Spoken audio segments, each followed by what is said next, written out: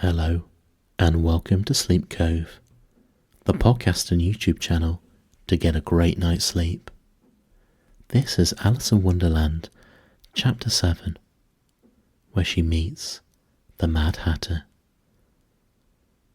If you prefer listening to bedtime stories with some relaxing music, that version is also available on the YouTube channel, along with other chapters of Alice in Wonderland, with other bedtime stories if you would prefer something different. Please do not listen to this recording whilst driving or operating heavy machinery. Please listen in a place where you can safely go to sleep. And let's begin. Alice in Wonderland, Chapter 7, A Mad Tea Party. There was a table set out under a tree in front of the house, and the March Hare and the Hatter were having tea at it. A dormouse was sitting between them, fast asleep, and the other two were using it as a cushion, resting their elbows on it and talking over its head. Very uncomfortable for the dormouse, thought Alice. Only it's asleep, I suppose. It doesn't mind. The table was a large one, but the three were all crowded together at one corner of it. No room, no room, they cried out when they saw Alice coming. There's plenty of room, said Alice indignantly as she sat down in a large armchair at one end of the table. Have some wine, the March Hare said in an encouraging tone. Alice looked all around the table, but there was nothing on it but tea. I don't see any wine, she remarked. There isn't any, said the March Hare. Then it wasn't very civil of you to offer it, said Alice angrily. It wasn't very civil of you to sit down without being invited, said the March Hare. I didn't know it was your table, said Alice. It's laid for a great many more than three. Your hair wants cutting, said the Hatter. He had been looking at Alice for some time with great curiosity, and this was his first speech. You should learn not to make personal remarks, Alice said, with some severity. It's very rude. The Hatter opened his eyes very wide on hearing this, and all he said was this. Why is a raven like a writing desk? Come, we shall have some fun now, thought Alice. I'm glad they began asking riddles. I believe I can guess that, she added aloud. Do you mean that you think you can find out the answer to it? Said the March Hare. Exactly so, said Alice. Then you should say what you mean, the March Hare went on. I do, Alice hastily replied. At least, I mean what I say. That's the same thing, you know. Not the same thing a bit, said the Hatter. You might just as well say that I can see what I eat is the same as I eat what I see. You might just as well say, added the March Hare, that I like what I get is the same thing as I get what I like.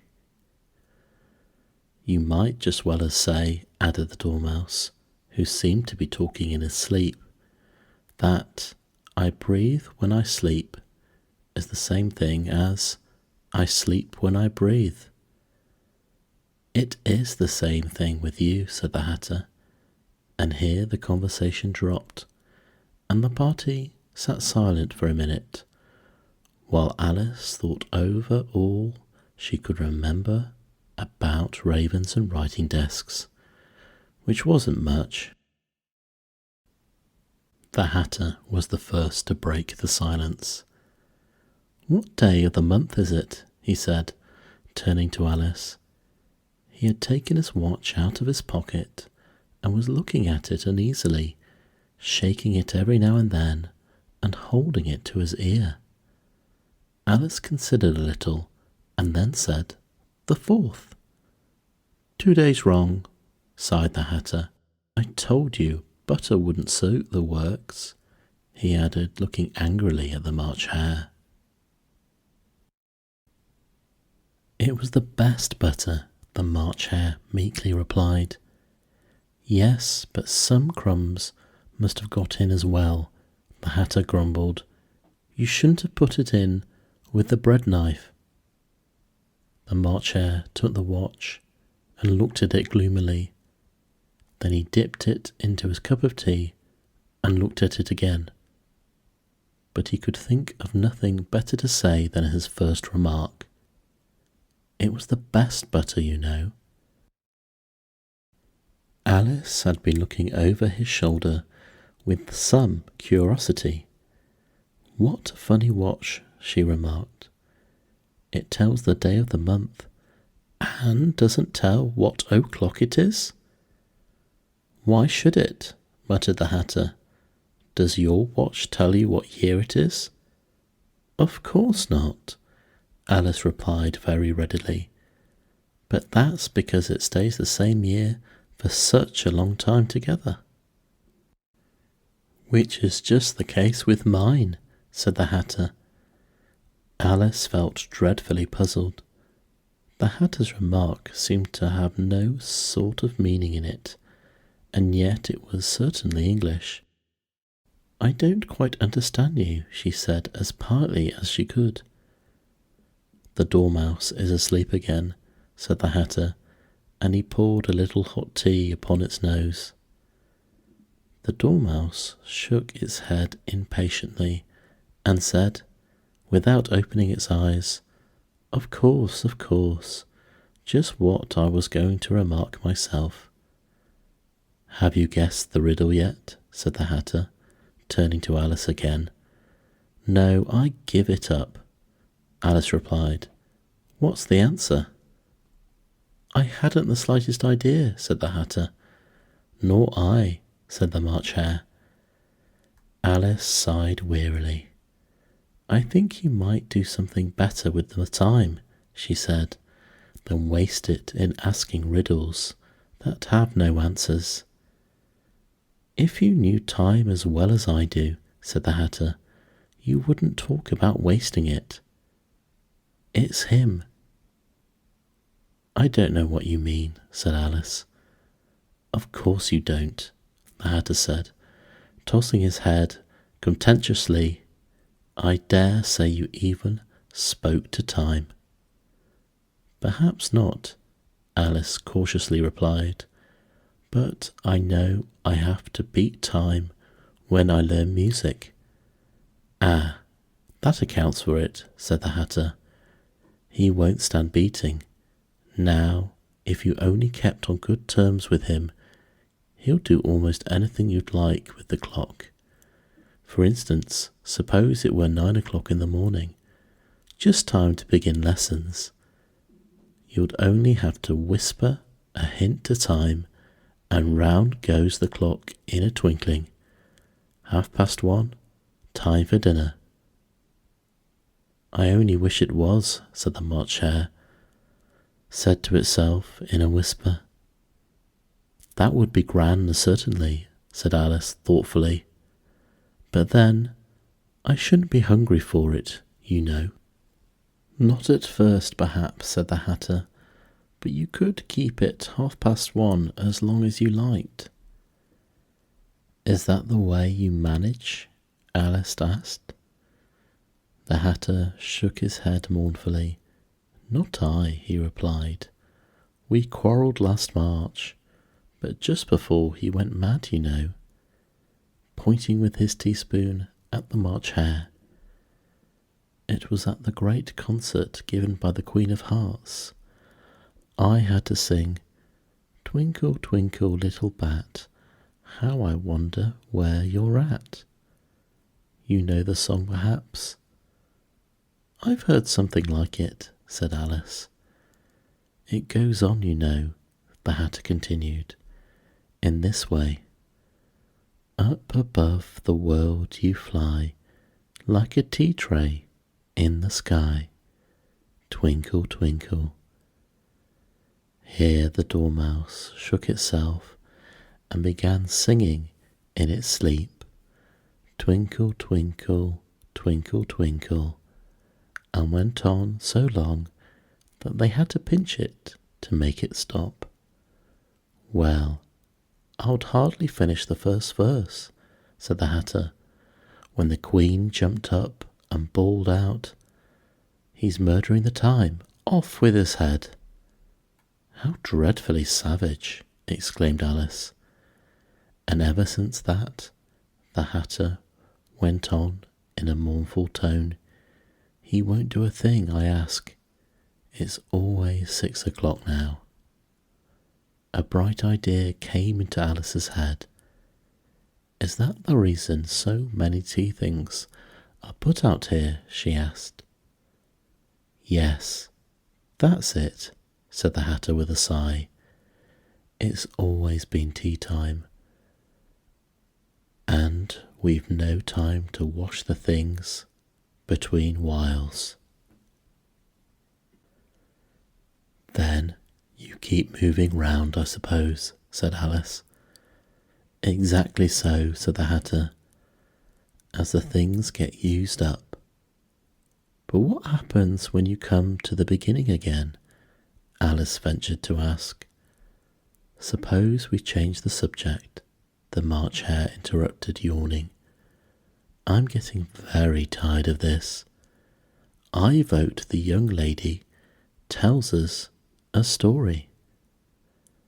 I'm afraid I don't know one, said Alice, rather alarmed at the proposal. Then the dormouse shall, they both cried. Wake up, dormouse. And they pinched it on both sides at once. The dormouse slowly opened his eyes. I wasn't asleep, he said in a hoarse, feeble voice. I heard every word you fellas were saying. Tell us a story, said the March Hare. Yes, please do, pleaded Alice. And be quick about it, added the Hatter, or you'll be asleep again before it's done.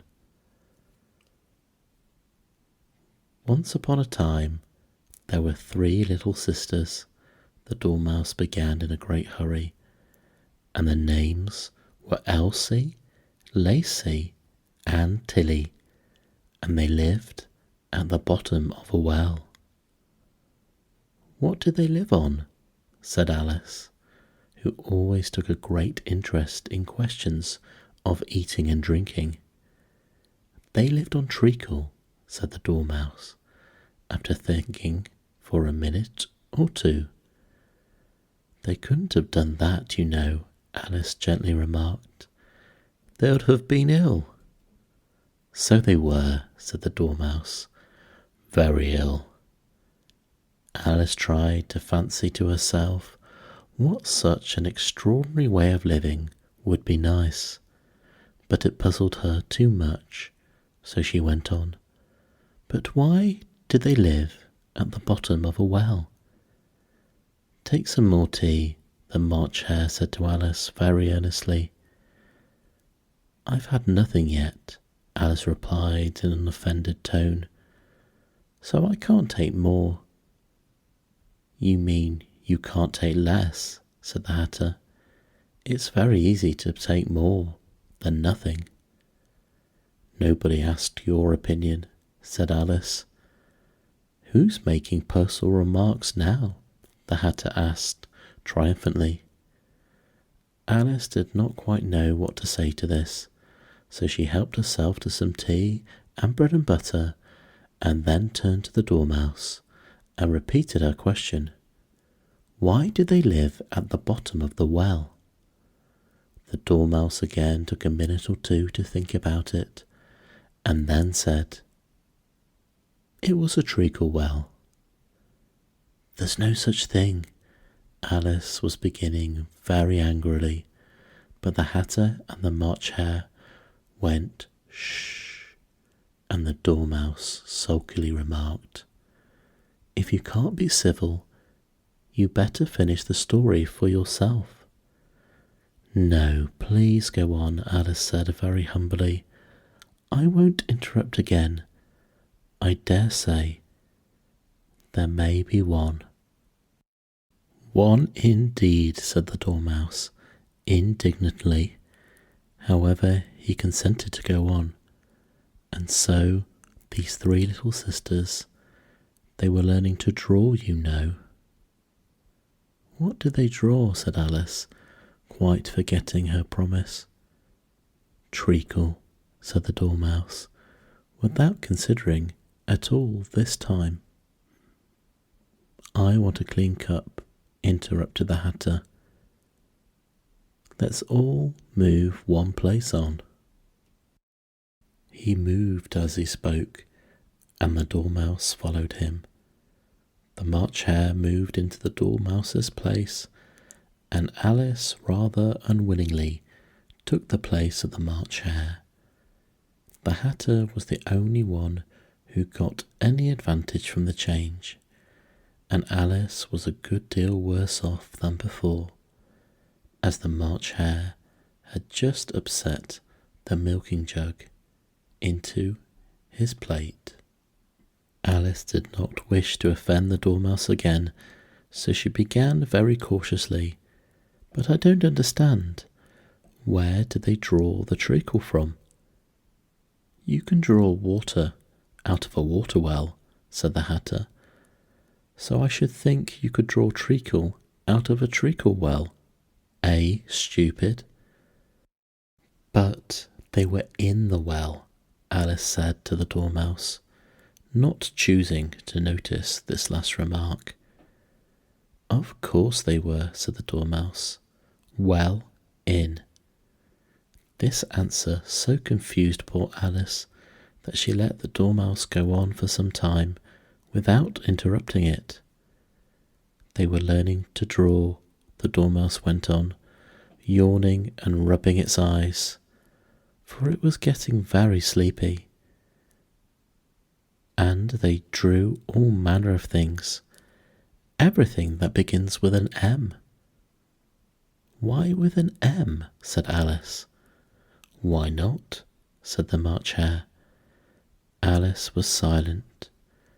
The Dormouse had closed its eyes by this time, and was going off into a doze, but on being pinched by the Hatter, it woke up again with a little shriek, and went on, "That begins with an M, such as mousetraps, and the moon, and memory, and muchness. You know you say things are much of a muchness. Did you ever see such a thing as a drawing of a muchness?" "Really, now you ask me," said Alice, very much confused. "I don't think—" "Then you shouldn't talk," said the Hatter. This piece of rudeness was more than Alice could bear. She got up in great disgust and walked off. The Dormouse fell asleep instantly, and neither of the others took the least notice of her going, though she looked back once or twice, half hoping they would call after her. The last time she saw them, they were trying to put the Dormouse into the teapot. "At any rate, I'll never go there again," said Alice, as she picked her way through the wood. "It's the stupidest tea party I ever was at in all my life." Just as she said this, she noticed that one of the trees had a door leading right into it. "That's very curious," she thought. "But everything's curious today. I think I may as well go in at once." and in she went. Once more she found herself in the long hall and close to the little glass table. Now I imagine better this time, she said to herself, and began by taking the little golden key and unlocking the door that led into the garden. Then she set to work, nibbling at the mushrooms. She had kept a piece of it in her pocket, till she was about a foot high. Then she walked down the little passage, and then she found herself at last in the beautiful garden among the bright flower beds and the cool fountains.